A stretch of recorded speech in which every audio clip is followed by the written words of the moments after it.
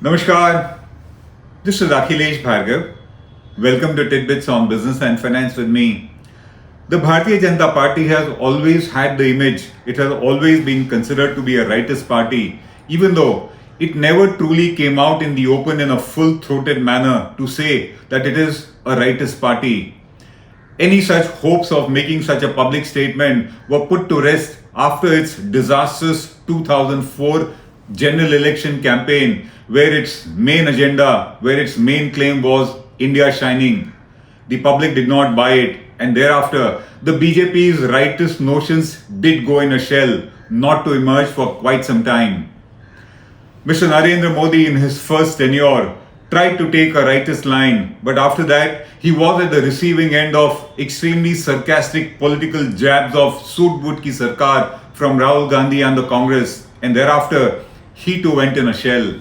But now, we are in his second tenure. The party enjoys a huge brute majority in the parliament, and if at all it wants to make any statement to this effect, now is the time to do so. This timing coincides with the fact that the Indian economy is struggling, the treasury is empty, and if at all we want to revive the country's economy at a fast pace, then the government needs the participation and support of the private sector in a big way. And thus, with this reality of a brute majority in the parliament, of an empty treasury, of a struggling economy, and the need for cooperation and help from the private sector, comes a time for the Prime Minister to reiterate his rightist leanings. It is time for the government to make its stand clear. And that's just what happened when the Prime Minister was replying to the motion of thanks in respect of the President's speech. He took that as the opportunity and made some path-breaking statements, making it very clear that the BJP is a rightist party. He said in his address that if the public sector is important in India, then the role of the private sector is equally vital and important. He then said that there is a huge necessity for wealth creators in the country, because unless wealth is not created, how will it be distributed among the needy and poor sections of the society? He then very surprisingly said that he wonders what can be achieved by the nation by handing over the country to the Babus, and he thus questioned the ability of the bureaucrats to head corporates like airline companies, fertilizer plants, chemical companies, etc. He then said that we need to have faith in the abilities of India's youth, and for that we need to give equal opportunity to all, thus implying that the youth needs to be given an equal opportunity. He said then that if Babus belong to India, so is the case of the youngsters, and they need to be given their place in the Indian economy and in the Indian society. The Prime Minister then gave the example of the pharma sector and of the telecom sector, where because of a robust presence of the private sector, the country has benefited immensely, and so has been the case of the common man. The Prime Minister's statement thus very clearly accepts, recognizes and emphasizes the eminence of the private sector in India's growth, development and progress, which no Prime Minister truly has done so far in such an open manner. His statement thus is a clear departure from the past. So far, the private sector has been castigated and criticized in public because it's been fashionable to do so and seek votes. And the Neta goes to the very private sector in private, seeking currency notes to fund his elections and for his corruption. So we've had this kind of a situation so far, where in public the private sector is a villain, but in private the Neta goes to him and they schmooze together. This has been a very open acceptance by the Prime Minister on the floor of the House. The statement of the Prime Minister was echoed by the Finance Minister and various other government functionaries and ministers. The Finance Minister said that the budget shows government trust in the wealth creators, implying that the government is now trusting the private sector. She said that socialism has failed to live up to the Indian ethos. In other words, it has failed. And she said that License Raj was a time when India lived through dirty times, again emphasizing that the private sector needs to be given its due. She further said that the government invites the wealth creators in India's national development, and that the government will be a facilitator and will ensure that the private sector is India's driver of growth. She claims that the government is going to be a facilitator and the private sector will continue to be a driver of growth. From these statements of the Prime Minister and the Finance Minister, there are a number of takeaways according to us. The most important is that they seek to put the private sector on a pedestal. The most important thing to note is that as far as the Prime Minister's statement is concerned, it was made on the floor of the House. It is a part of official record and thus it becomes the official policy of the government. Being righteous is now thus the official policy of this government. The Prime Minister's focus was on youth, was on wealth creation, was on equal opportunity for the youth, was in respecting the private sector and not insulting it, was in not abusing the private sector anymore for votes and ensuring that the nation progresses with a vital role of the private sector being accepted. We are certainly in agreement with the Prime Minister and we think that this statement has come decades late. None of us can deny the preeminent vital role of the private sector in India's growth, development and progress. But sadly, it has been denied so far, both in public life and even in policy making to a certain extent. We hope that this statement by the Prime Minister will now change it all and that the role of the private sector, the eminence of the private sector will be recognized not just in public life but also in policy making and in the attitude of the government.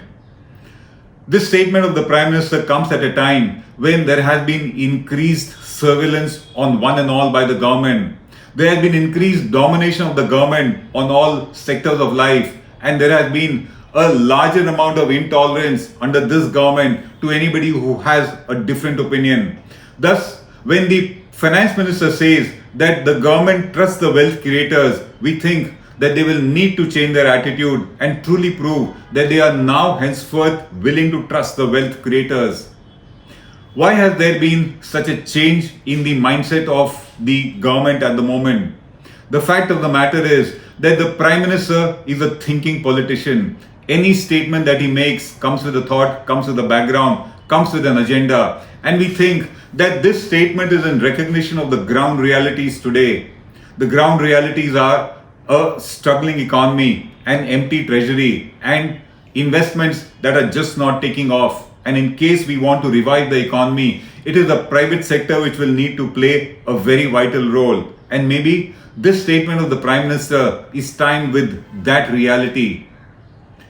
The fact of the matter is, it is very easy to say that the private sector needs to be the driver of growth in India. It is very easy to say that the government is trusting the private sector and so the private sector now must play a key role in the economy.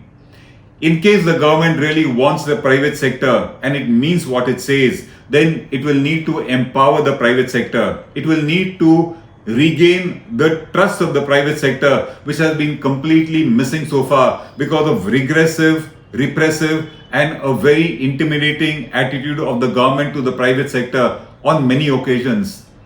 The Finance Minister may claim that the government is a facilitator to the private sector. It has not been so most of the time. Most of the time, the government has been a predator and we hope that that changes.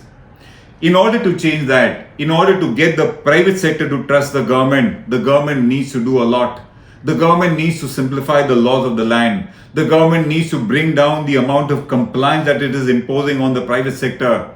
The government will need to do away with the frivolous penalty and prosecution that it imposes on the private sector.